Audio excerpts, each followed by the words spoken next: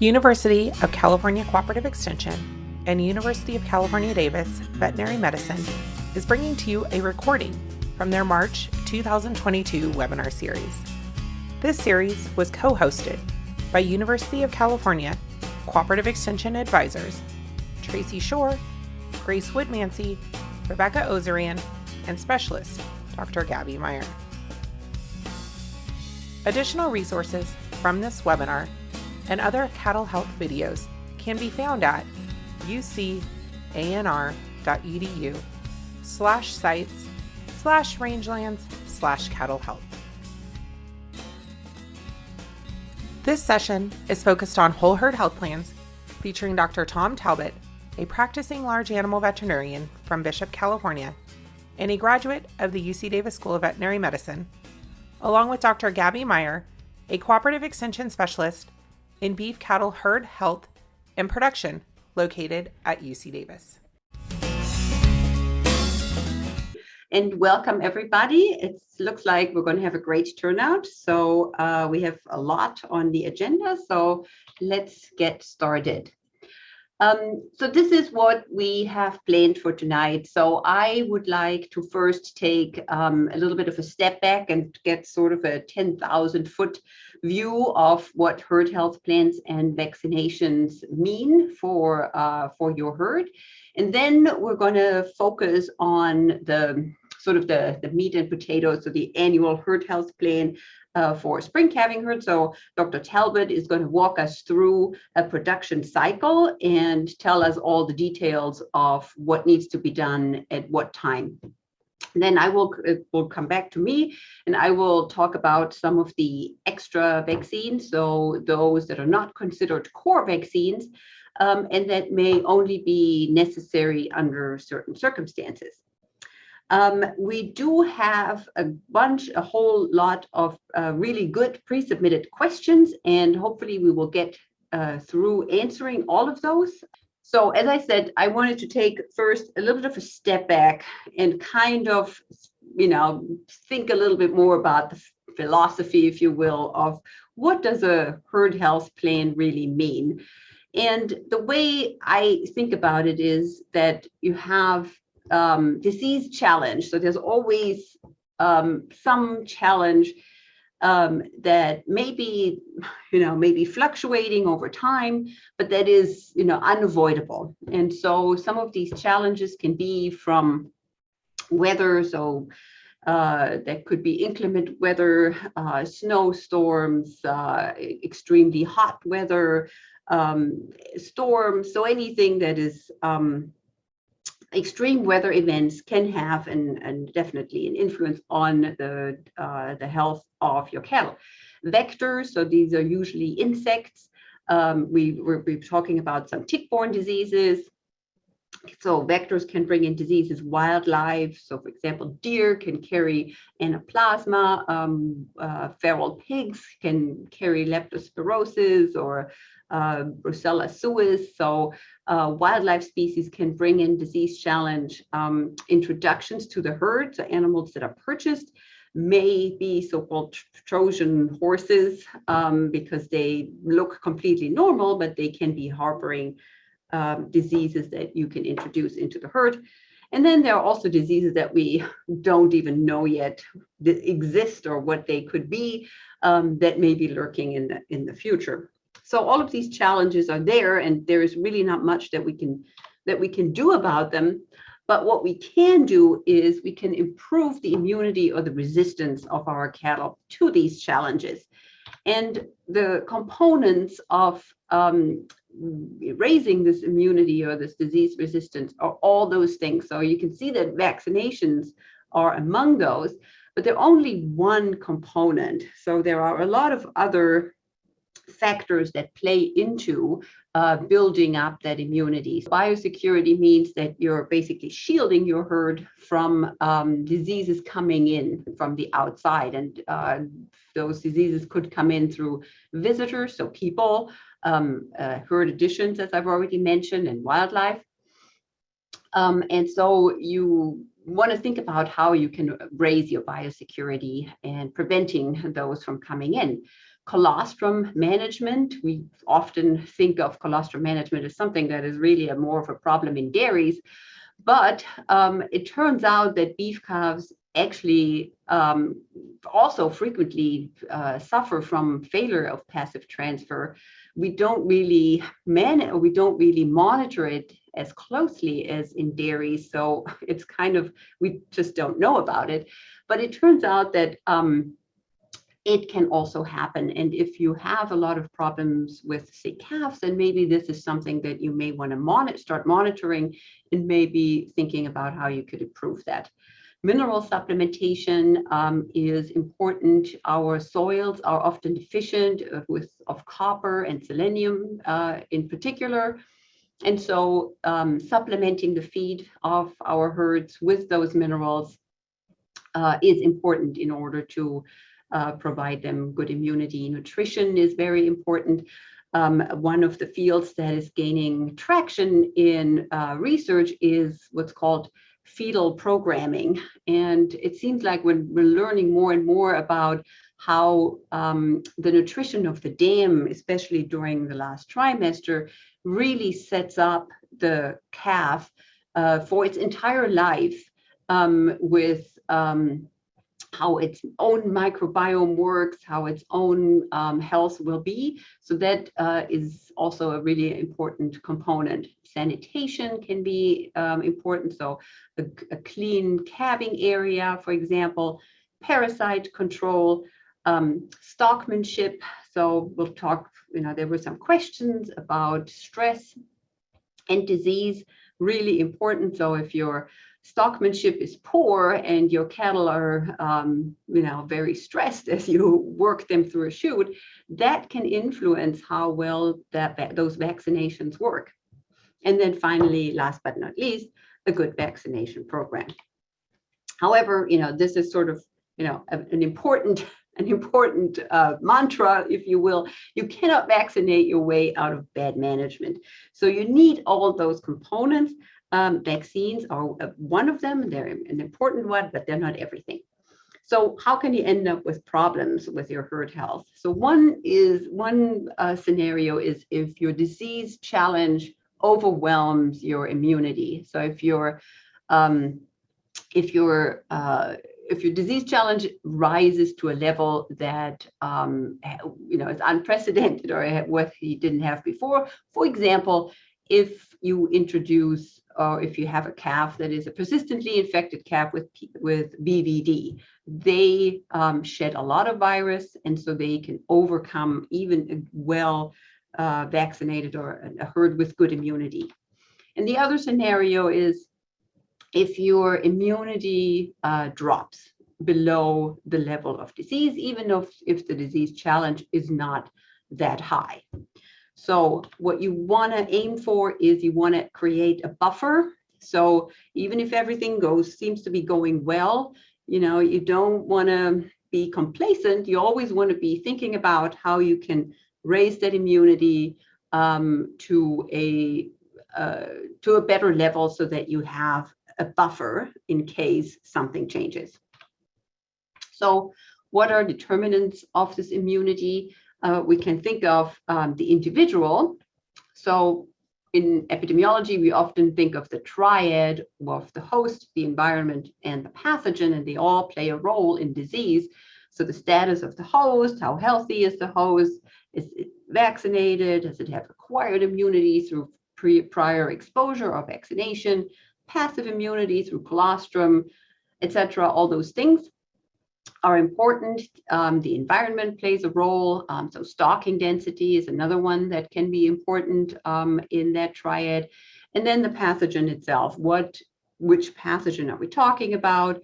There are strain differences. The dose is important. So a higher dose is a bigger challenge, obviously, than a small exposure. And then how fit is that pathogen? So different pathogens can have different sort of fitness, as we have learned with COVID, for example. And then herd immunity is another way to look at it. And we also have heard, during COVID a lot about herd immunity. And it really means that the individual is protected by the group. So when you look at these cows or these calves, you don't want to just think as each of them as an individual. You want to think of them as a herd. And by providing the herd with a certain level of immunity, you can protect certain individuals if their immune status is not as good as others. So how this works, here is sort of a cartoon, and this is obviously, on a very schematic level. But so if you consider those blue dots as individuals that are immune or have good immunity, and the gray ones as susceptible, and so if we introduce an infected individual into this herd with which is the red dot, and then we let it go its course, then in a herd that has low herd immunity, where only a few have this immunity, the disease will sort of spread through this herd. On the other hand, if we have a certain number of individuals that are immune, if we then introduce a infected individual, that disease progression will be stopped in its tracks, even though we still have a couple individuals that are susceptible, but the majority of individuals that are immune basically protect them. So every time you use a vaccine, you have to sort of make this risk-benefit analysis or calculation. And there is a saying that no vaccine is always safe, no vaccine is always protective, and no vaccine is always indicated, meaning no vaccine is always necessary. And often the benefits outweigh the risks. So for example, for our core vaccines, that's definitely the case. So those should always be given because the benefits clearly outweigh the risks. And the benefits are the health and welfare of the animal, your peace of mind that you have done something for them. Sometimes there's a marketing advantage when you can say that you vaccinated for certain diseases, but there's always a risk involved. So there's the cost of vaccinating, the cost of the vaccine itself, and the labor. There can be adverse events, even though most of our vaccines are very safe and those are rare, but they can happen. So I, for example, had got a shingles vaccine a few weeks ago, and it really knocked me off my socks. So I was in bed for a day because I was just wiped out by this vaccine. And that is to be expected. I mean, my immune system was working, and the same is true when you vaccinate cattle. They can be a little bit dumpy the day after. So you are, it is a cost to the animal, to the immune system to do that work. And so if that's not necessary, then you don't want to do it. So that is what I wanted to say as an introduction. I will now turn it over to Dr. Talbot, and he will, he will walk you through the annual herd health plan. Good. So welcome everybody, or thanks for being on. It's a pleasure to be here, and thanks to thank Tracy a whole bunch for helping me put my talk together. She's done all my slides and that kind of stuff. So appreciate that. And with that, what my role is to talk about is an annual herd health plan for a spring calving herd. And so I want to talk about the details, whereas Dr. Maier kind of covered the whole background of a vaccination program. I want to talk about the details. And as it says there, we're going to talk about a spring calving herd. And that's what I'm familiar with in our area here between myself and my producers. We start calving around the 1st of January and through the spring, wean calves in the fall. And so the schedule that I'm going to present to you is based on those particular events. And if you're in an area where you're a fall calving herd, most of the things I'm going to talk about are going to be relevant to you. It's just they'll probably be reversed.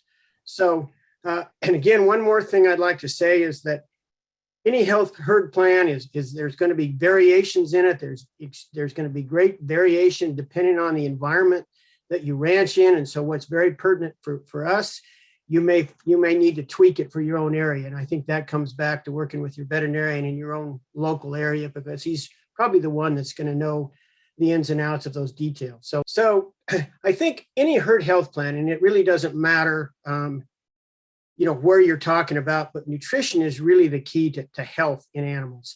I know Dr. Maier mentioned some of that, and I just want to say that I'm not a nutritionist, but what I do know is that if cattle don't have enough to eat, they don't breed, calves don't grow, there's just and they have a greater risk of illness. So when you're talking about nutrition, and especially we're all dealing with this problem today based on our drought, cattle got to have enough to eat. And when you're talking about if you need supplemental feeds, spend your dollars where it counts the most. And I think that's on, the supplemental feed is going to be whether it's protein blocks or it's hay or whatever it is, but that's what cattle need the most.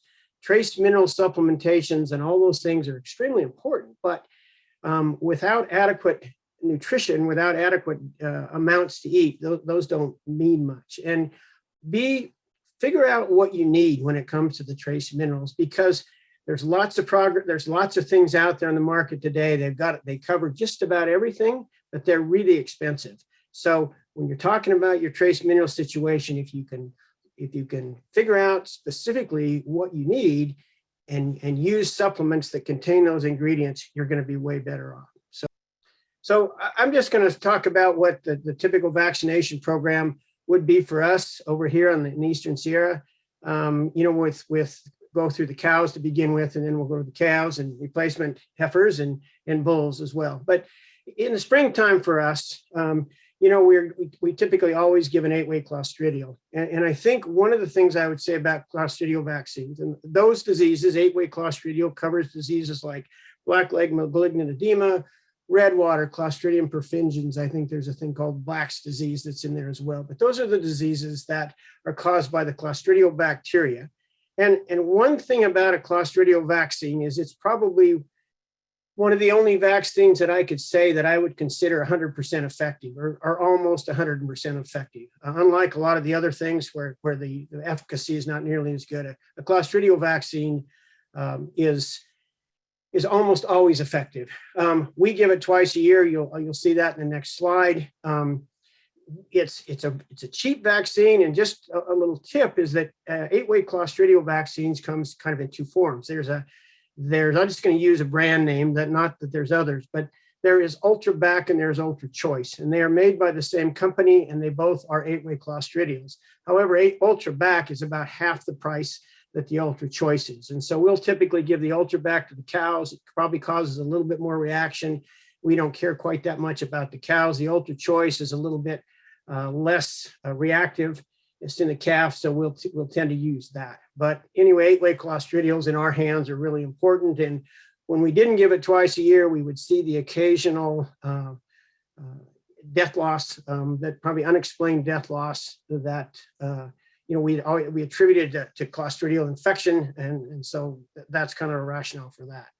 The second thing, and I know Gaby is going to talk about anthrax down the line as kind of a supplemental vaccine, but in our area, anthrax is a real risk to us. In 1968, I believe, I spent the summer, vaccinating cows for anthrax and digging holes and burying cows that had died of anthrax. And so it's a soil-borne organism, and it lives in your soil. And if you're in an area that has had anthrax in the past, you better be vaccinated, because while you may not see it this year, next year, or sometime in the next 10 years, that 11th year with right environmental conditions, it may show up. So for us, it's something that we give on an annual basis, and we definitely need to give it in the spring before we start to see the green grass and the moist pastures. Copper is another issue that is very, we have a severe problem over here with it. And I know we talked about some of the trace minerals and things like that, and trying to look specifically about what your needs are. Well, copper is one of those trace minerals that we definitely have to have, both in our cows and in our calves. Copper is available in an injectable form, in an oral form, in a bolus, and it can also be mixed into a trace mineral supplement. And we certainly have our cows on a trace mineral supplement with added copper, mostly year round. because of a lack of the copper injectable for the past few years, we have gone to the copper bolus in our cows, and we have not been real happy about that. We expect that within the next month that we will see, we will again have the production of the injectable copper glycinate that had been around. It was a compounded project. It had been around for many years. It disappeared from the market, but we think we're going to have it back. Any of you that need it, if you're interested, you can certainly contact me and I can kind of give you an update on that. Okay. The other thing that we'll do in the springtime is we'll go ahead and put fly tags in our cows. We try to put and make sure that we put 2 tags in each cow. Again, I think there's multiple reasons. Obviously, we know about the increased incidence of pink eye when we have a fly problem, but there's a lot of data out there that shows that the worry caused by flies, has a significant impact on both growth and milk production. So those are something that we feel strongly about. A pink eye vaccine is one of those things that if you're in an area where you're having a lot of pink eye, I would certainly think about it. We use it, we'll cover it when we get down to the calves, but it's certainly something that we've had success with. There's a lot of discussion about pink eye vaccines. And again, we go to the fall. And the reason that we work cattle spring and fall is a couple of reasons. Number one, some of it has to do with the timing based on when we calve and when we wean, that we want to do these things at that time. And any time that you have cattle in the corral and need to do something, you want to do everything that needs to be done at that point in time. Again, that limits the numbers of times these cows go through the chute. So a couple times a year works really well for us. And in the fall, it's the time when we've weaned the calves already. And that point in time is when we preg check the cows and make our culling decisions. Again, we go ahead and booster the 8-way Clostridial. Vibrio lepto is another thing that we are very insistent on. We have not had either one of these for many years, but going back many years prior to these vaccines availability, Vibrio caused significant fertility issues and lepto was also an issue. Now, the question becomes, do you use a killed product? In Vibrio lepto, the one product is a Bactrin, it's killed. And then the other is, it is in combination with Bovishield Gold 5 FP VO5. And that's a modified live vaccine that contains the IBR, BVD-PI3, and the parainfluenza virus, along with the FP stands for fetal protection. And I think what we're trying to induce and then along with the Vibrio lepto. And so with this product, we are able to induce a good immunity to animals to prevent them from becoming PI animals.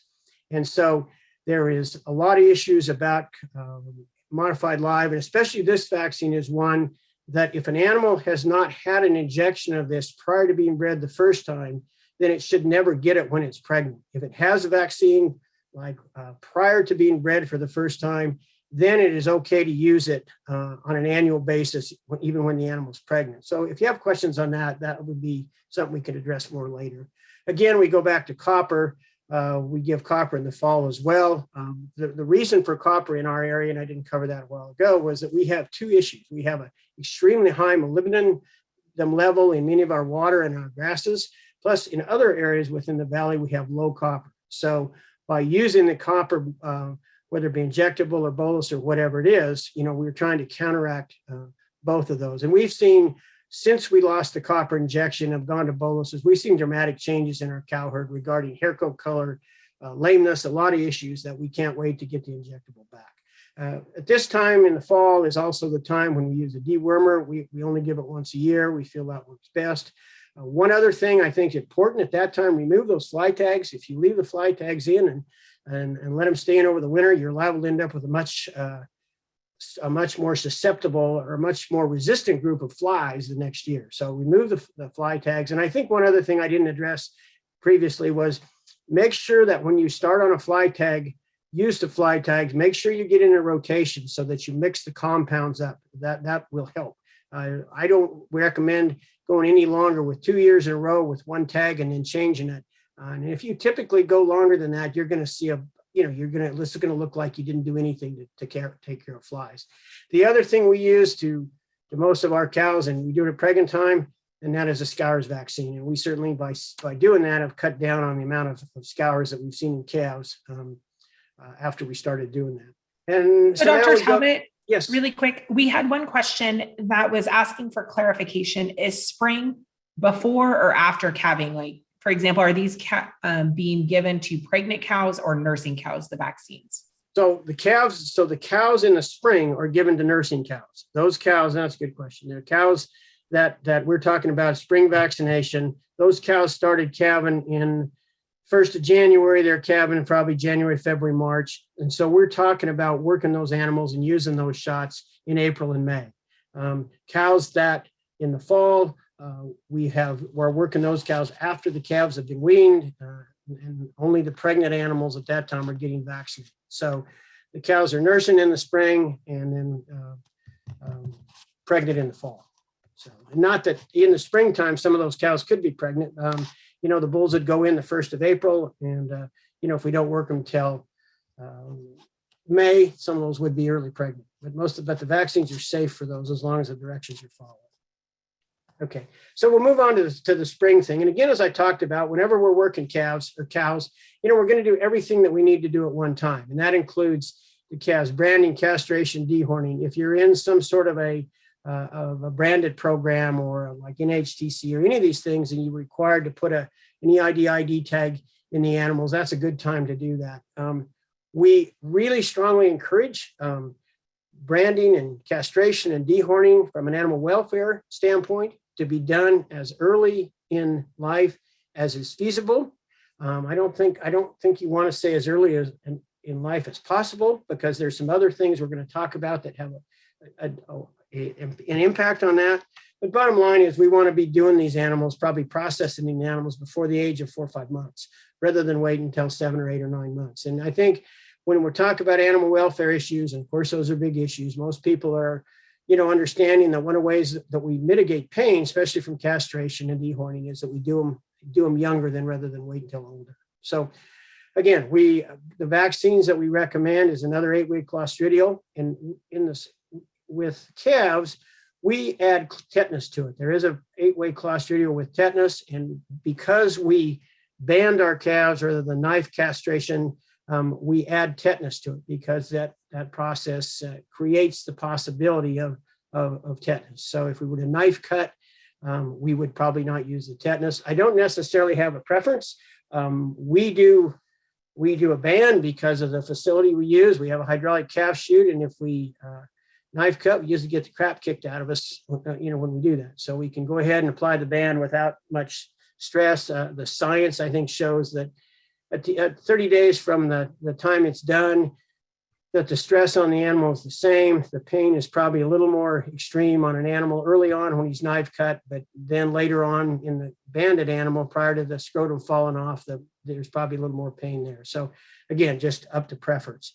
At that time, we'll go ahead and give them a respiratory virus vaccine, a combination vaccine. And again, the question is modified live or killed.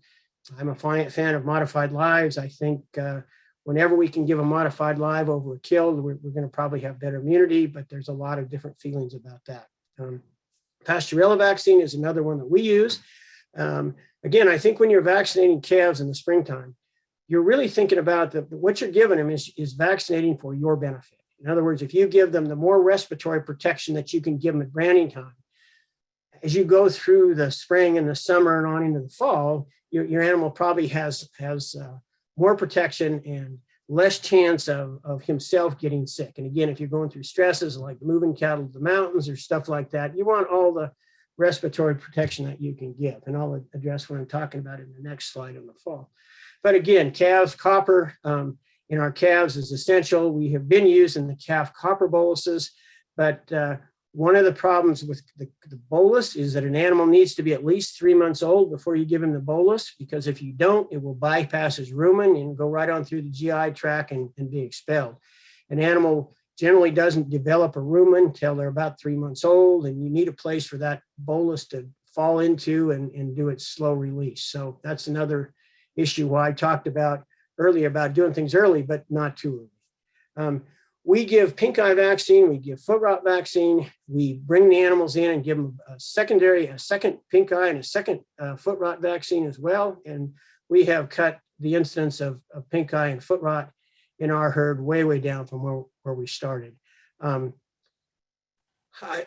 a lot of different kinds of pink eye vaccines out there. And so, everybody has their preference. I know there are a lot of people that prefer autogenous vaccines. I swear by those. I think if you do that, you want to really, study the science. A lot of those are based on, just whatever the feeling is. So anyway, but consult with your veterinarian if you think if you have a need for that. I think it's a good thing to give. Again, we put one fly tag in all the calves, and that we generally don't put the fly tag in until we bring the animals back in for that second booster of pink eye and foot rot, because for the animal, for that thing to be effective, there's two things. Number one, you want it to last a significant period of time to get you through the whole summer. But number two, if you put it in too soon, it doesn't work nearly as well as if you left the number of flies build up just a little bit on these animals. So think about timing when you do that.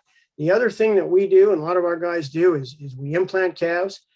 There again, most of these calf implants last about 100 days.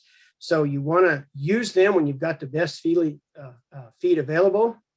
I know there's one question that was asked, is there any downside to giving an implant?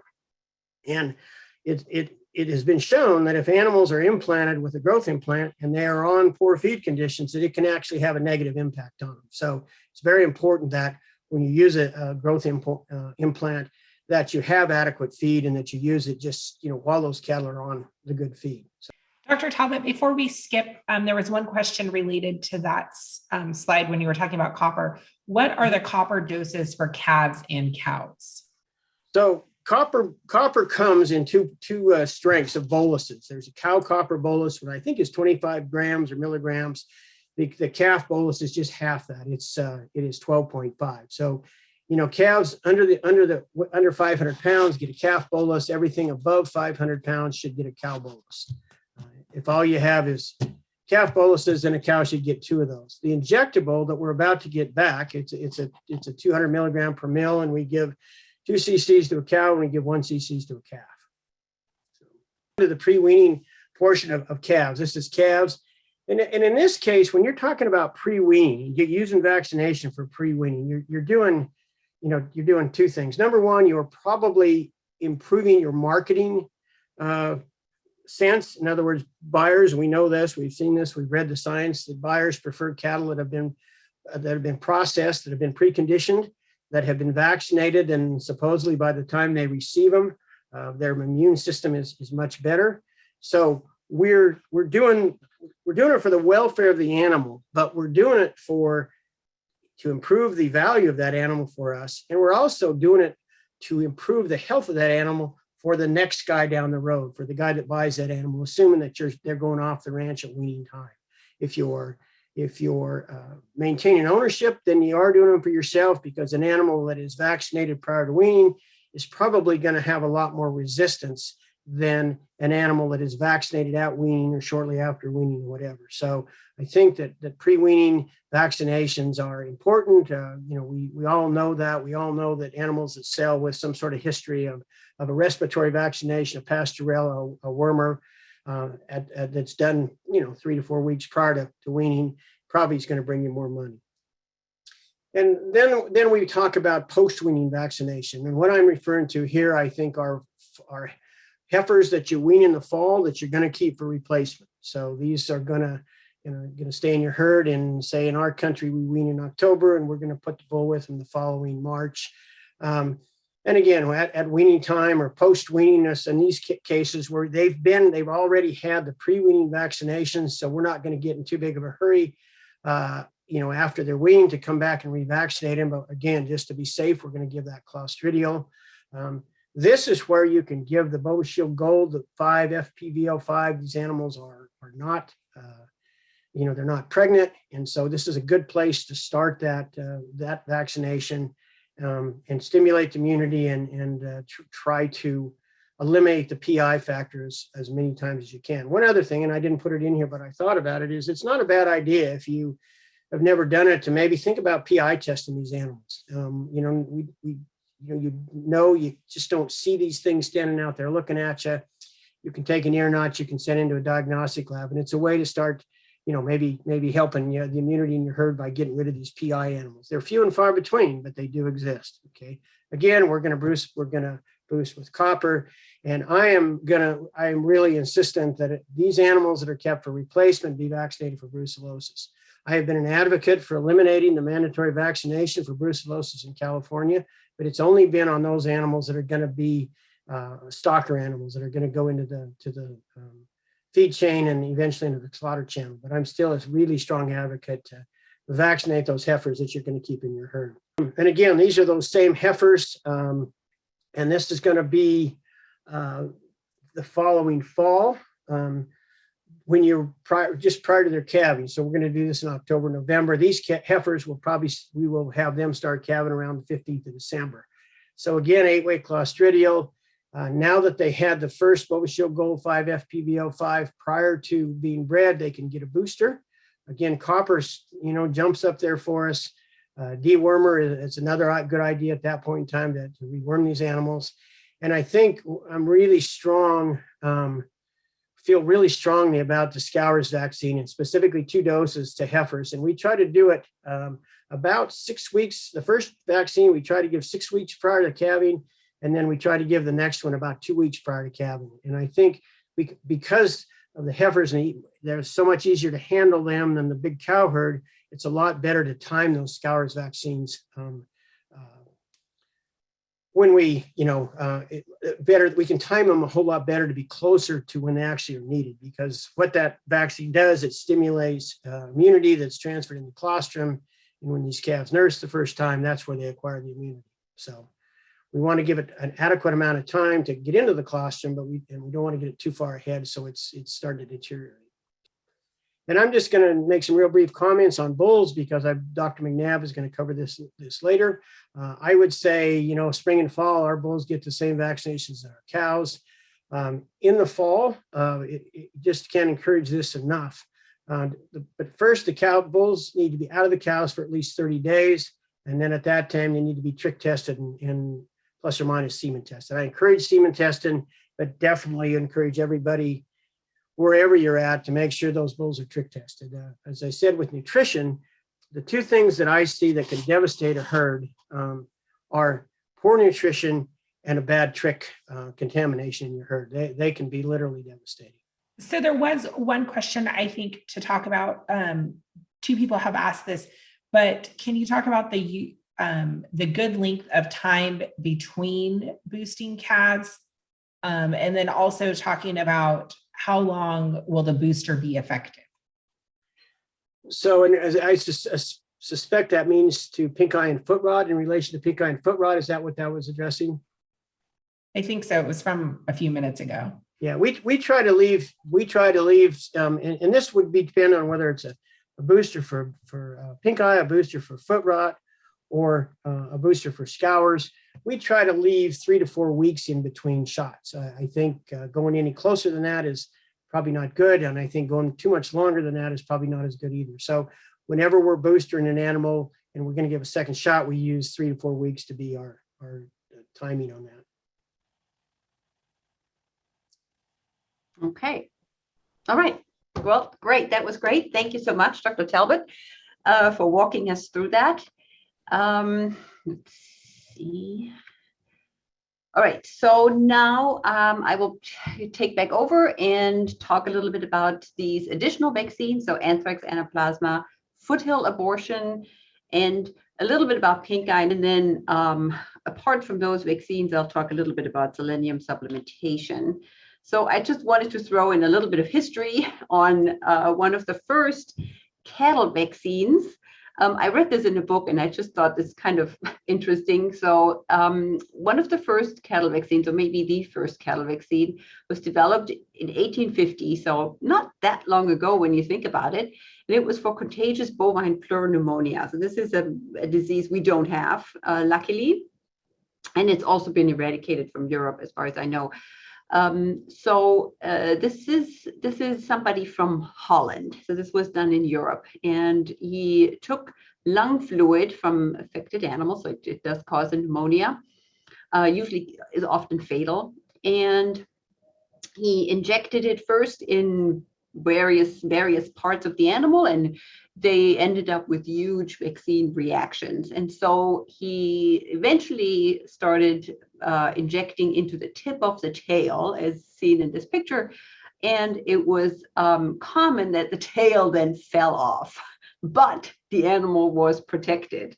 So it just goes to show that, I mean, today we wouldn't tolerate a vaccine that will make the tail of our cattle fall off. So we have come a long way, and we have such I just wanted to mention this because it's really, when you think about it, it's not that long ago, and we have so much more understanding of immunity and of vaccines. As Dr. Talbot has already mentioned, it's a soil bacterium. So it has two forms, the vegetative form that's here on the left, and the spore form. So it can survive a very long time in the soil, as he has mentioned. And then once the soil gets disturbed and an animal inhales it or ingests it, then those spores can become activated and cause disease in the animal, and it's often fatal. So risk factors for anthrax, you have had it before. There has been an animal that died from anthrax and has contaminated that soil. When that soil gets disturbed, that could be one risk factor for it, for when you see it.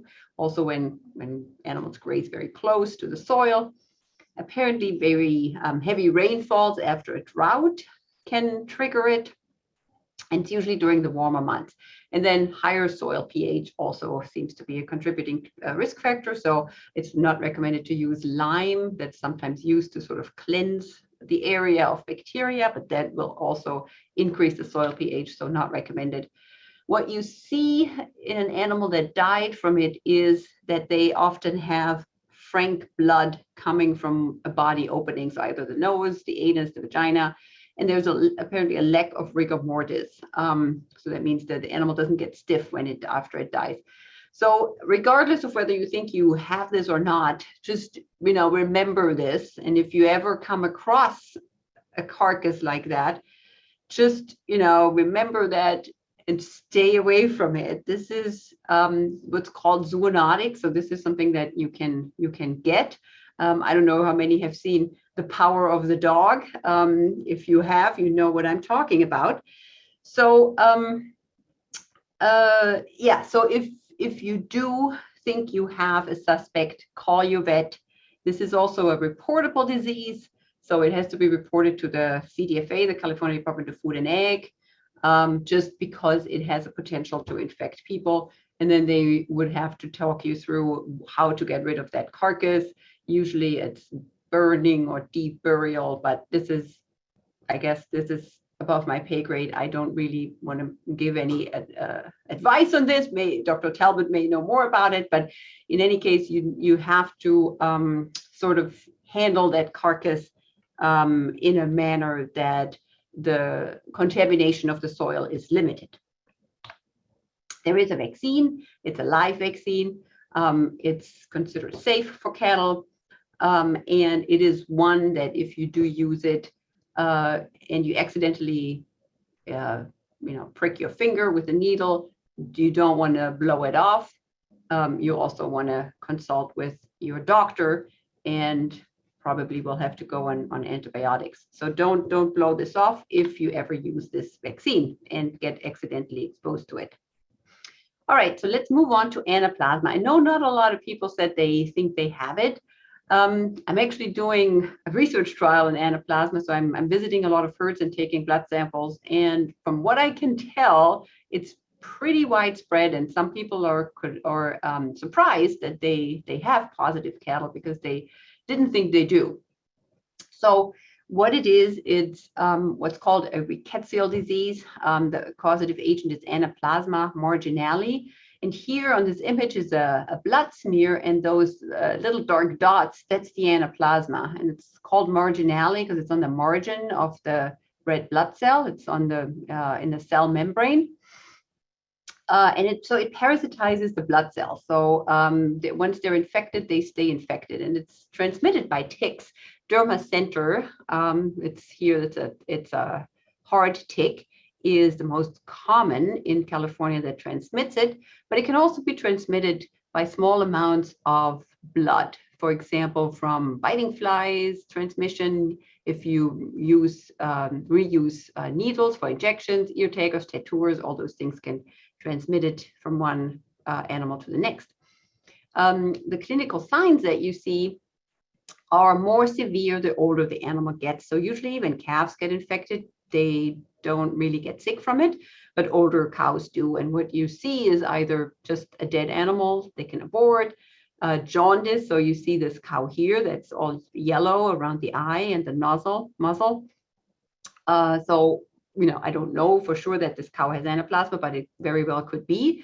Dark urine, constipation, labored breathing, and aggression. So this organism destroys the red blood cells, and the lack of oxygen in the brain can then make these cows aggressive. So you need to be careful when approaching them.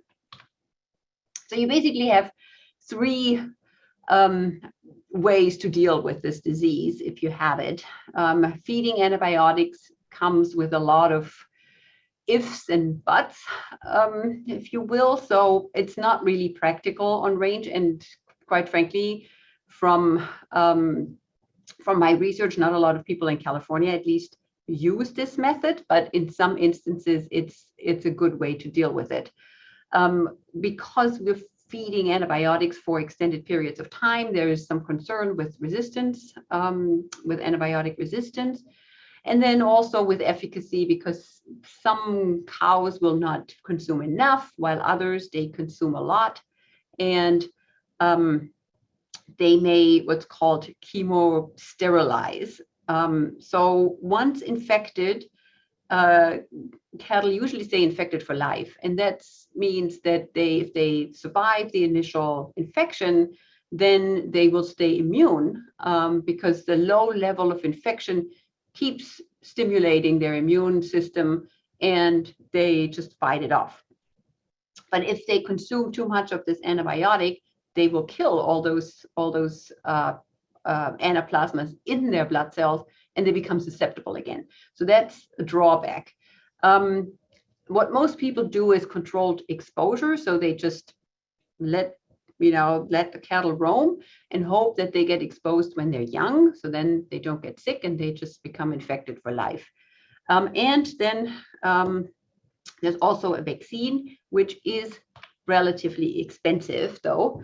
So what are some instances when you should think about vaccination? Well, if you are in an endemic area, controlled exposure is the most common, as I said, but typically what people do is they vaccinate their herd addition. So in particular bulls. So if they buy an expensive bull and it comes from a seed stock operation, then most likely it's negative for anaplasma, but then it's vulnerable to infection and typically already an adult. So vulnerable to severe disease. So those animals are often vaccinated. So if you end up in an endemic area, but you see cases, so you know you have it and you end up seeing cattle that become sick, that could also be an instance where you want to think about vaccinating. You could test with a blood test and find out which ones are negative. Those are the ones that haven't been exposed and that you want to think about vaccinating. So a little bit about the vaccine. It is approved by the USDA as an experimental vaccine. So because it is not manufactured in an USDA approved facility. So this was made years ago by a drug company, but then they, for some reason, discontinued this product And so there, for a while, there was nothing. But then somebody at Louisiana State University said, okay, I will do it. But they're basically doing it in their lab, which is a university lab. So it's not a USDA approved facility. So that's why it is a experimental vaccine. This is available through the California Cattlemen's Association. So if you're a member, you will probably recognize this image or this diagram. This is, I think, probably in every time in the CCA magazine. So you can order it there, or you can get it through your veterinarian. We do not know that much about the efficacy, unfortunately. Anecdotally, it seems to be efficacious, but we have no real data, to be quite honest. It is reported to be safe in all life stages and pregnant dams, so it seems to be a very safe vaccine. But again, it is not one that we just have a lot of research on. So part of my my research project, however, that was actually kind of inspired by Dr. Talbot. We're working together with Kansas State, and we're working with a researcher there, and he's actually working on a new vaccine. Now, vaccine development is a slow process, so this will, still take some time, but hopefully in the future there will be a new and better vaccine available.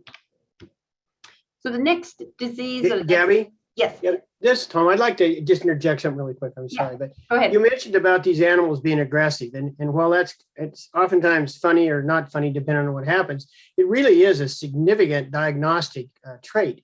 And these animals, if you've ever had an animal, a cow laying out in the middle of the field and she looked like she was dead, and you walked up to her and kicked her in the face, and she jumped up and stomped you into the dirt or banged in the pickup and put a big ding in the door, and then ran off about 20 yards and died, that's probably anaplasmosis. So if you see that, take that as a real diagnostic sign for anaplasma. All right. Good. So Foothill Abortion, another interesting disease, another tick-borne disease. It's transmitted by a different type of tick, the pajarillo tick, and I'll show you an image of that in a minute. It's a soft tick, kind of ugly looking. And it's interesting because this disease only exists in this area that's shown here on the map. So California into Nevada and Southern Oregon, the disease coexists with the tick. So that's how it was put together. The epidemiology, what causes this disease, nobody knew for a while, but eventually we figured it out. I mean, I wasn't part of it, but people figured it out. So it's this tick that transmits the pathogen. It occurs in the foothills, hence the name Foothill Abortion, 600 to 8,000 feet. You will probably never see the tick because it only feeds for a short period of time. So 20 minutes is all it takes, and then it drops off again. And what happens is that naive heifers or cows, so again, those that have never been exposed, if they get bitten by an infected tick and then become infected with this bacterium, they will abort unless they have already been pregnant in more than 6 months. And this can be really devastating. So this can be a real train wreck for herds. So this is a slide that I got from Dr. Stott, Jeff Stott. He is the one that developed the vaccine. A really heroic effort. So this is in picture A is sort of the habitat of the tick. B is a trap. So to know whether you have this tick, you can set up a trap with dry ice, and it gets attracted to the dry ice because it thinks that it's a potential host. And in C and D, you see what the tick looks like. So C is where they're all shriveled up before they have eaten anything, and then D is the engorged tick. So we have a vaccine for this disease. So when should you vaccinate? So this is an expensive vaccine. I think it's $27 or so per dose. So obviously you only want to use it if you need it. So if you've had cases diagnosed of foothill abortions or late-term abortions, weak calves with a confirmed laboratory diagnosis, or if you know you have the tick, so either one of those are definite cause or reasons why you should think about vaccinating. This is really the best for the heifers. And I'll tell you why.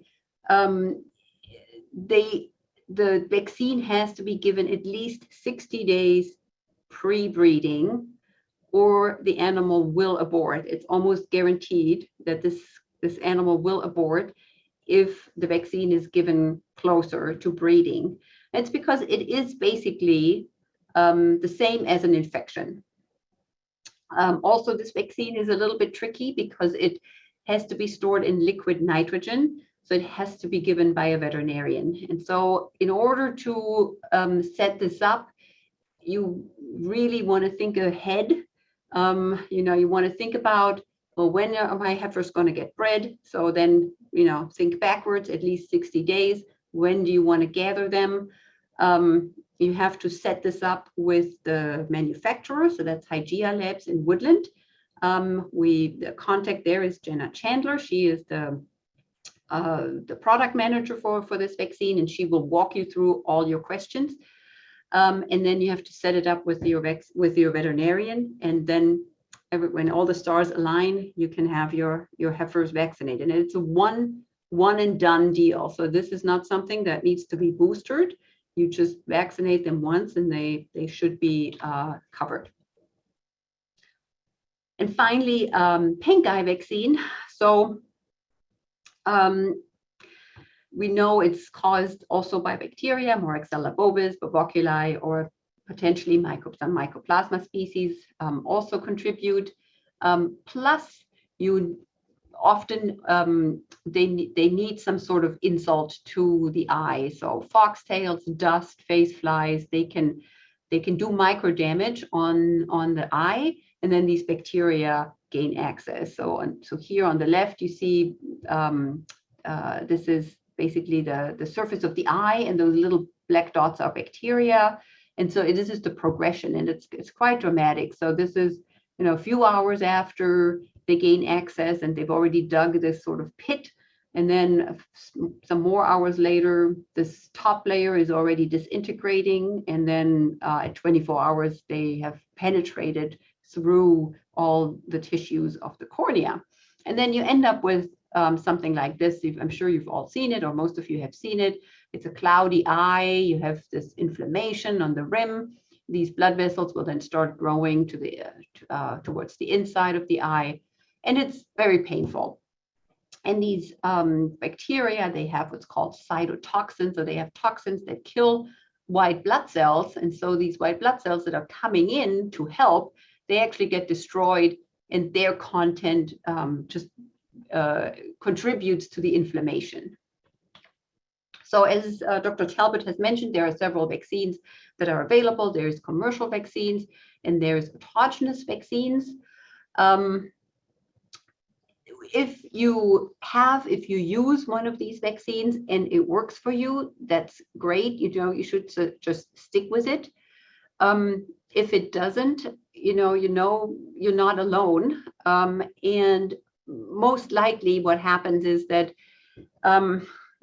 the vaccine strain may not match your field strain. So I have this here. There are different serogroups based on the pili. So this is one of those Moraxella bacteria, and it has these little protrusions, and they come in different flavors. And so if your vaccine strain doesn't match what's out in the field, then it may not work as well. So that's when autogenous vaccines can become useful. However, I've also heard mixed results, let's say, from autogenous vaccines. So don't necessarily think that this will solve the problem once and for all. So when to use, yes, that's really important. I think Dr. Talbot also hinted to that. This is data from a herd, And this is just a tally of when they see pink eye cases. And so, you can see that, and this is probably in most herds, that, there are a few cases and then all of a sudden there's an explosion. And so you can, if you keep track of that, that at this point in time, in the middle of May, the 2 doses of the vaccine have to be in order to work. You don't want to vaccinate too early. So if you vaccinate in January, because that's when you work your cattle, that's a long time for this type of vaccine to still work in May. So it has to be timed just right. So that may be another reason why you may see a vaccine failure. I want to also say that unfortunately, there's very little scientific evidence that these pink eye vaccines work. So in field trials, we just have not been able to see that they do a very good job. All right, so selenium. Quick word about selenium. So it's one of those minerals that are important for immune function.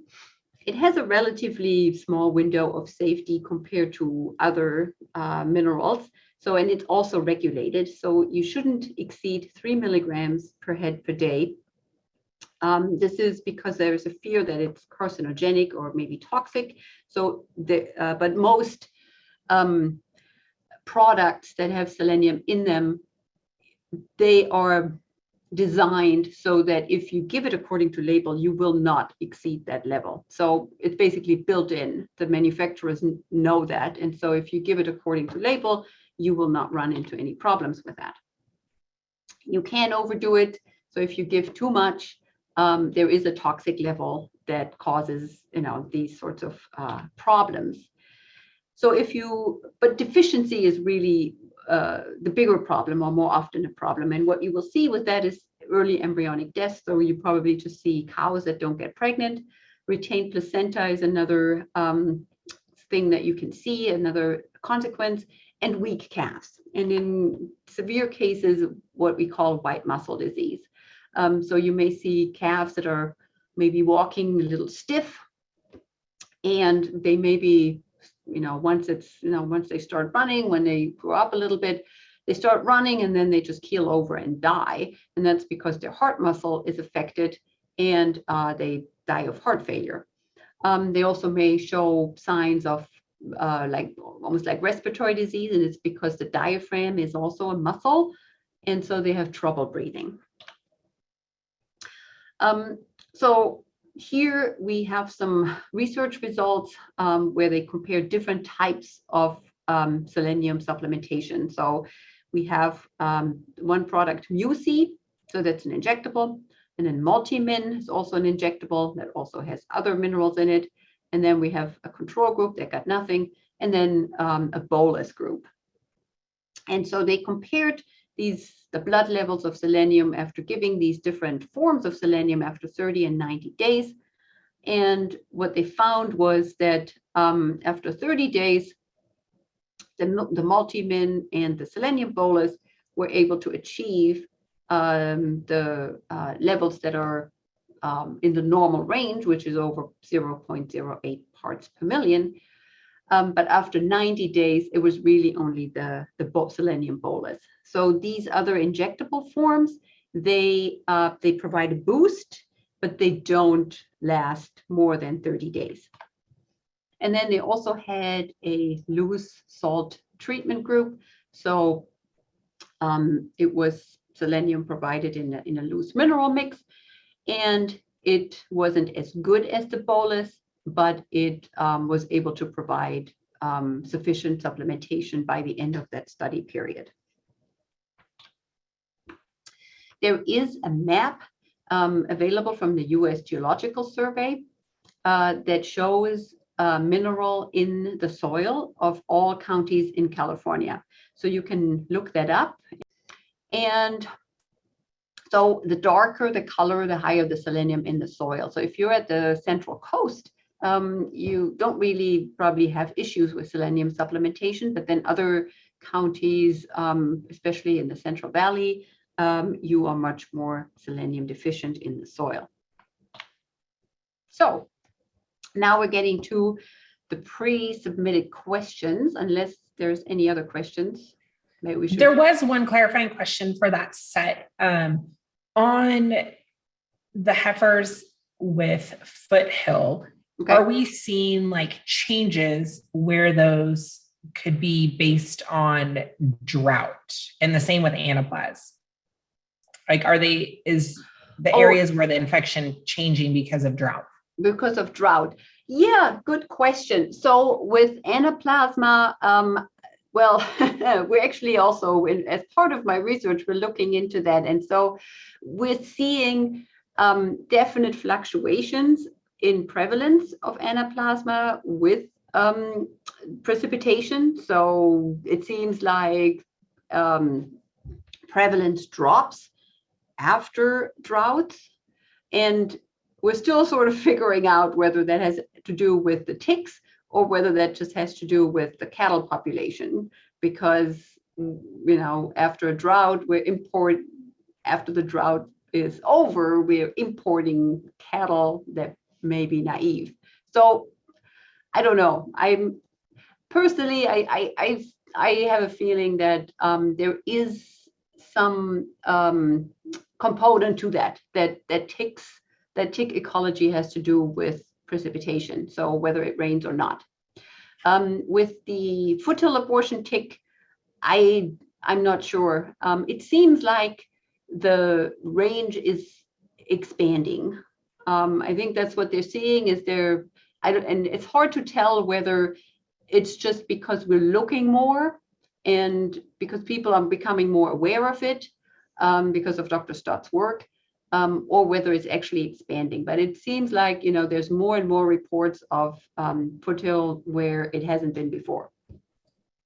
And then just one other clarifying, and you kind of touched on this, can heifers that are raised in an area where Foothill abortion is high become immune once they are bitten at a younger age? Yes, absolutely.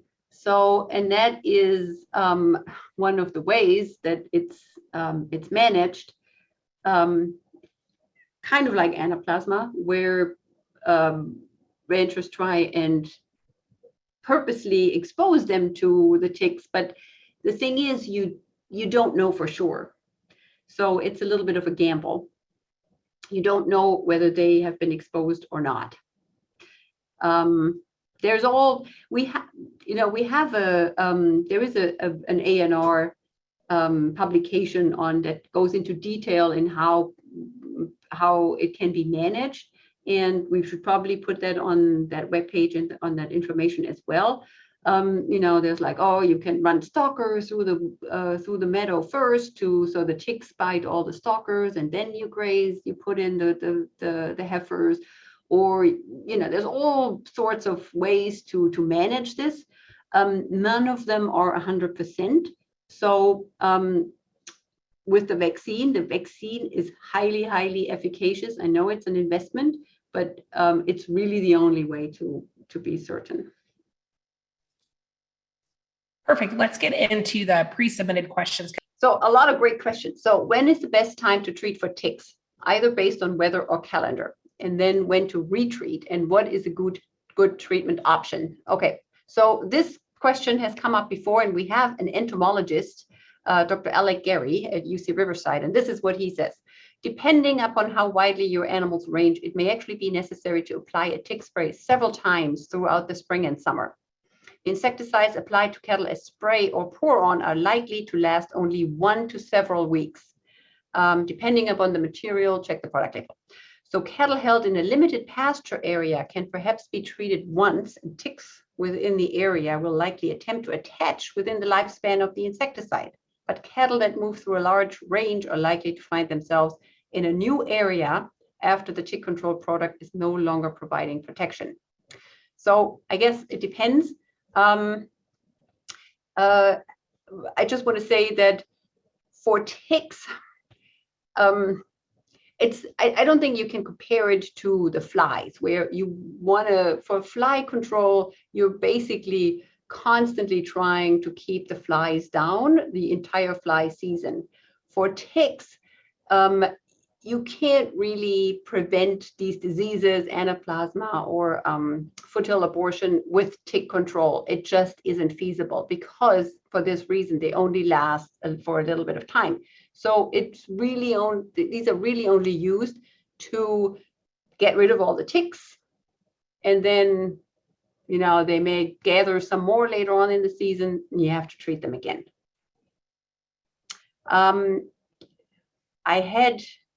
Well, I'm just going to real quick show you this web page. I just wanted to show you this real quick. So this is a web page that was developed by Dr. Gary, and because it was asked, what is a good product? So this will show you all the insecticides that are for a specific, you know, for each livestock species and for each pest. So we wanted ticks in cattle in California. So you can choose that. And then let's say you are interested in on animal spray, and you can say search, and it will give you a list of all the ones that are available. And then you can print the results. And Dr. Talbot said, you know, you want to switch them out. And what you want to be paying attention to is that they are from, when you switch, that you switch to a different IREC code. So they come with different codes. So switching to a different code will ensure that you are using a different class of insecticide. Okay, next question. How effective for newborns is Inforce 3 when used in pregnant cows? So for those who don't know, Inforce 3 is a modified live vaccine. It's an intranasal vaccine. It's for IBR, PI3, and BRSV. So it is mostly eliciting a local immune response in the nose. So it's a mucosal vaccine. And that means that you will get a little bit of systemic immunoglobulins, but mostly they're only in, you know, where they're needed in the respiratory tract. So you may get a little bit of a benefit for the calf, but not much. So it is not recommended to use this instead of you know, an injectable for the cows or vaccinating the calves. What are the pluses and minuses of using Draxxin as a prophylactic in small calves shipped to wet, hopefully mountain meadows in the summer? So this question goes asks about metaphylaxis or prophylaxis for respiratory disease using an injectable antibiotic. And so what we know is that metaphylaxis does work. So there are many, many studies that have shown that when you do this, when cattle are transported and then you give them a dose of antibiotic, then you can really make a difference. You can prevent a lot of the disease that you would otherwise see. However, on the minus side, there is of course some worry that if we do this, we inject animals that, you know, not all of them need it. So we inject some animals that that don't really benefit from it. And so are we then asking for antimicrobial resistance? There's also the cost of the treatment, the cost of the labor, the whole logistics. So when you gather all the calves and give them an injection, is that adding more stress? You know, you're also commingling them more and for longer. So to evaluate other options, you can think of adding one of those other respiratory pathogens, like Dr. Talbot mentions, the Pastorella. You can think about your mineral supplementation, in particular selenium. Sometimes calves don't respond that well to vaccination if you don't have, if they're deficient of selenium. And then also maybe that is an instance where you want to kind of check on the transfer of passive immunity. In the same vein, what are methods to reduce stress when backgrounding calves or transporting them to feedlots? So one of the things that is often recommended is preconditioning. So that means that all those painful and management things that need to be done with calves, so castrating, dehorning, etc., should be done before they're transported. So typically 30 to 45 days before they're transported. There is also evidence that maybe 50 days may be enough, but the typical, the classic is 30 to 45 days. Also really, really important, and Dr. Talbot has also mentioned that castrating early makes a difference. So we have seen that if bulls get castrated at the feedlot, they don't do as well. They come in with a higher weight, so that testosterone that they have makes them heavier at the same age compared to a steer. But once they're castrated, the trauma of that castration and then the loss of the testosterone means that the steers catch up, and so you're not really gaining anything from that. So that is really important. Another option or another technique that is often recommended is fence line weaning. So where the calves and the cows can still see each other once they're separated, and it's less traumatic. And that has shown to be better, lead to better weight gain than to those calves that are being trucked right away. Gaby, there was a clarifying question that someone had asked that relates to that slide that talked about they knife cut bulls when they tagged them during their first week of life. Does that seem too early for you? Well, I don't, we can ask Dr. Talbot too. I think it's fine. It's, whatever is feasible. If that is feasible, then to me, that is really, a great method because the sooner you do it, the less painful it is for them. I don't know, would you agree, Tom? I would agree 100% that if it's feasible to do it, that there is certainly probably really acceptable to do it. Yeah. If it's but it's not feasible in most cases. Okay. So also what's been shown is that, if you mix them from multiple sources, if you mix males and females, the longer you ship them, those are all things that increase that stress. So avoiding that is good. How can I measure the effect of disease on weight gain? So I guess we have a budding epidemiologist here. Basically what you need some way of being able to record the data. So that means the weight. So you need a starting weight and you need an end weight. So, some people can weigh their calf when they're born. They have these, scales. So that's one thing.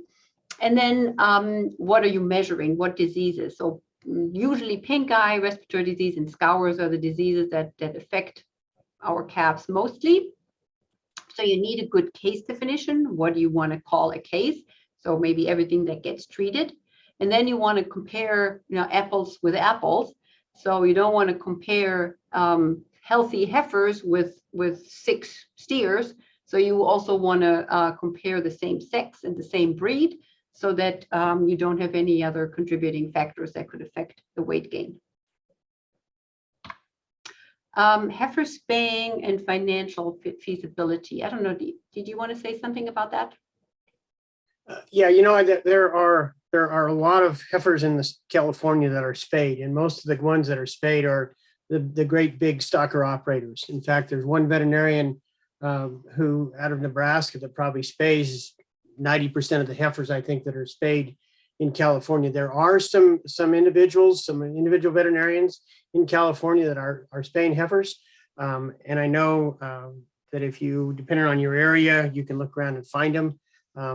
But I think in most cases, unless you're running a huge number of heifers, I'm not sure that it works very well. The reasons for spaying heifers are that if you obviously trying to keep them from coming into heat, and if you're having them in a pasture that next to bulls, obviously there's going to be major problems there. Number one, I think the other thing is trying to get rid of these heifers that they call bullers, things like that. And so it is done in a lot of places, but it is only done mostly where guys have a lot of heifers. And I know the guy that does it from Nebraska, he will only do it if you've got about 400 heifers per day for him to spay. And he's the only guy I know in the United States that can spay that many heifers in a day, even close to that. And not to say that there aren't some good guys in California that can do it, but I don't think anybody has the ability to do that many like he does. So it is it's something that you'd want to talk to your veterinarian. You'd want to talk to those that have been engaged in it to see whether it would be worthwhile for you, especially a small operation. I don't think it does. Okay. All right. Another question was, if feeding 4-way, what vitamins and minerals do I need to add to the diet? What is the best way to feed vitamins and minerals? So 4-way is an energy feed. It has corn, barley, oats, wheat, and molasses. It comes from multiple manufacturers or feed mills. So what I want to say to that is, apart from the vitamins and minerals, you also need a fiber source, of course. So some hay. Otherwise, you may run into problems with ruminal acidosis, because that kind of feed is highly digestible, and you shift your rumen flora to one that is very acidic. But so apart from that, yes, some mineral supplementation, and Dr. Talbot has already mentioned that there's plenty of options available. Personally, I like loose mineral mixes. They can mix it into the ration, so you know that they consume the right amount. So you want to check the composition. Sometimes some of those blocks that you can get are quite low in what they supply. And so this is kind of a chart that talks about bioavailability of different mineral forms. And I just want to, this is not, it's not all that important, but one thing I want to mention is the copper oxide. So the copper oxide is often in these mineral blocks, and it has very low bioavailability. So it's not the best form. So just so you know that it is, it is something, but it's not great. And then again, as Dr. Talbot mentions, the best thing is also then to check what your supplement, how good your supplementation is by submitting a blood sample. Your veterinarian can do that for you, and then they can discuss the results with you. What are some sources, such as books, that can help us identify various health problems in our herds? Well, that's also a good question. So I would say your first go-to should always be your veterinarian. Apart from that, university extension services usually have very good resources online. And so I also put my webpage there. It's still under development, but it has definitely some good topics. We also have in the vet school here some health topics in livestock. And then this is one book that I have, and that it's for producers. It's made for producers, but it's not for small producers. This is a herd health approach. Handbook for beef calf health, Bob Sager. It's about $40 at Amazon. Explain health risks of producers vaccinating calves with a second round of shots immediate before trucking and marketing balling unweaned calves versus vaccinating 4 weeks before shipping. So, we already talked about the preconditioning. Yes, stress is an immunosuppressor, and that second dose of vaccine is less likely to be effective than if given in advance. And then follow-up question, explain health effects of identifying BRD late, and then the implications to future gain performance. So early diagnosis with all diseases obviously has the best treatment success. Unfortunately, we're actually not really good at detecting BRD. So even in feedlots where we have pen riders that their only job is to find the cattle that are sick, I'm not saying that they're not doing a very good job. They're doing an excellent job, but cattle like to hide disease. And so it's unfortunately not that easy to pick those out that are sick. Once they show disease, it's often advanced. But what has been, there's plenty of research, and they all show the same thing, that if you find them right away, they do better. Average daily gain is lower in cattle with lung lesions, for example, on ultrasound than those that did not have lung lesions but were treated for respiratory disease. So, if it's more advanced, yes, they have less weight gain. Also, cattle that died from respiratory disease. So all of these studies are done usually in feedlots. So cattle that died from respiratory disease versus those that recovered from respiratory disease, they also had lower weight gain up until they were first diagnosed at first pull. So early treatment is important, but again, it's sometimes tough to find them. How do I know if I need to deworm or not? That is a great question. And if I had the answer, I would be really happy. So unfortunately, we don't really have a very good metric to find out whether cattle need to be dewormed or not. The only thing really that we have is a fecal egg count. So that means submitting a fecal sample, and then they check under the microscope how many parasite eggs are in that sample. And for the individual, it correlates somewhat, but it doesn't correlate 1-to-1. So it's really better to take a few samples and consider it, the herd sample, and kind of evaluate where the herd is. And there are no good cutoffs for, if with so many eggs you need to treat versus, this is okay. But one ballpark figure that I have been told is 150 eggs per grams, and this is in calves. So calves will have a lot higher egg counts than adult cows. In adult cows, you will find only very few. And that is because as they grow older, they develop some immunity to these intestinal parasites. Another thing is that it depends on the worm species. So not all worm species are a problem, while others can be. So we did a study recently where we looked at the worm burden in various herds, and what we found was that this one type of worm, Cooperia, is the one that dominates, that about 90% of all the intestinal worms are this Cooperia. And this is one that is sort of kind of in the middle. It's not really benign, but it's not really terrible. So when should you deworm? So I think the approach that Dr. Talbot mentioned, once a year, deworm the herd, I think is a good one. You don't want to overdo it. You could, if you're typically deworming twice a year, you could send in a sample at that second time point and just see, where are you with the worm burden, and then discuss that with your vet. Maybe you can, reduce it a little bit. There are instances, it all depends on your situation. There are instances where worm burdens can become really high, and where cattle can actually die. You would usually see, really dull hair coats. They don't gain well. Maybe they have even a bottle jaw, so they have edema under the chin.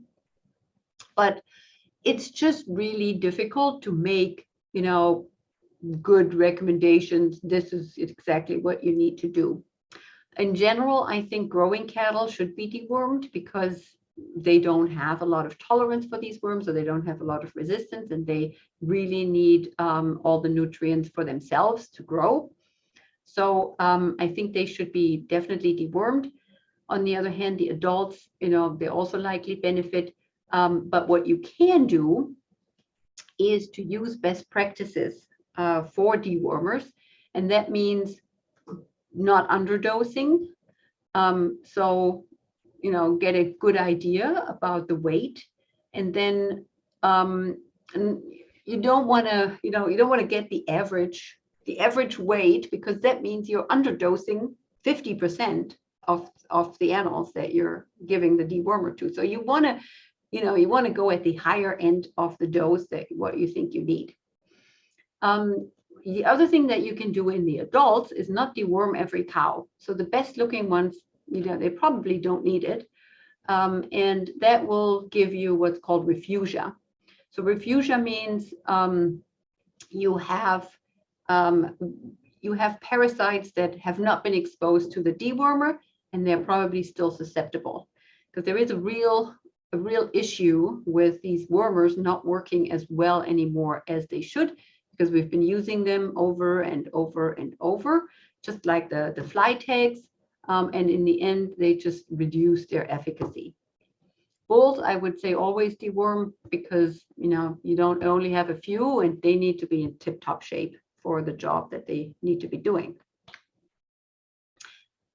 Best time to brand a bull calf, castration during the first week of life. I guess we've already answered that.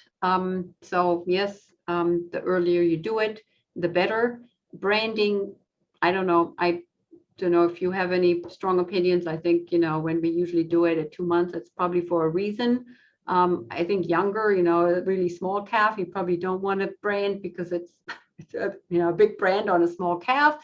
And when they're too big, they're hard to handle. So I think we'll probably do it at this time, because then it's the best, it's the easiest and easiest to handle. Here is some graphs on weight loss with increased age of castration. So this is age of calves on this axis in months, and this is weight loss in the months following, in the 30 days following castration. And so basically the trend that we're seeing is the older they are, the more they lose weight after they're castrated. And then this measures cortisol. This looked at cortisol, so it also shows that if they're less than 6 months, they're producing much less cortisol, which is a stress hormone. So it means that it's less traumatic for them when they're younger.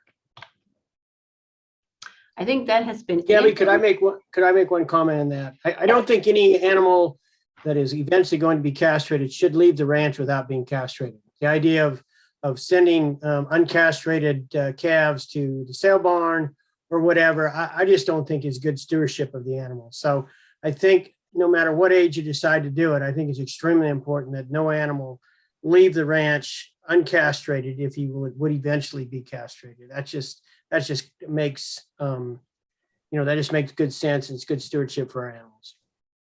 Absolutely. Okay. I think we've talked about the timing of vaccinations. Is it okay to vaccinate when they are pregnant? I think you've also addressed that. But just in general. There was one clarifying question on that, Gaby. Is it okay to vaccinate with a live vaccine if the cow still has a calf nursing? Oh, yeah. Okay. Yeah, that also comes up a lot, this question. So, yeah, there is some concern that if you vaccinate a calf with a live vaccine, then that it could cause an abortion in the dam. But however, in my opinion, that is a very small chance unless your cows are really not vaccinated. If they haven't seen a vaccine in a long time, if they are susceptible, then yes, that can be an issue. But if you have a vaccination program, then your cows should have immunity to those pathogens that you're vaccinating the calves with. So, if they cannot fend that off, then how good is your vaccination program? I mean, Tom, would you agree with that? I don't know. Yeah, I would agree. I think one of the labels on one of the modified live respiratory vaccines says that if you're vaccinating calves with a modified live that are nursing cows that are unvaccinated, that there is a potential risk of abortion. And I think that, that's one of those things that just kind of had to be added, but the reality is, and the risk is extremely small. Yes. Okay. We're in agreement. We already talked about the hormone implants. Any thoughts on alternatives to Draxxin, the generic options, or something different altogether? Well, what kind of antibiotic you should be using, that's also definitely a question for your veterinarian. It really depends on your situation. Are you not seeing success with Draxxin anymore, or is it just the expense? we know there are generic options, and these generic options, they have to go through FDA approval. We know the FDA is, they're pretty strict. So, and this is from the FDA. They say that these two generic options, they contain the same active ingredient, tulathromycin, in the same concentration and dosage as the original one. In addition, they contain no inactive ingredient that may significantly affect the bioavailability of the active ingredient. So essentially, the FDA has determined that they are the same in their efficacy and in their safety. So I don't see a reason not to use them. I personally don't have any experience with them. But again, this is really something you should discuss with your vet.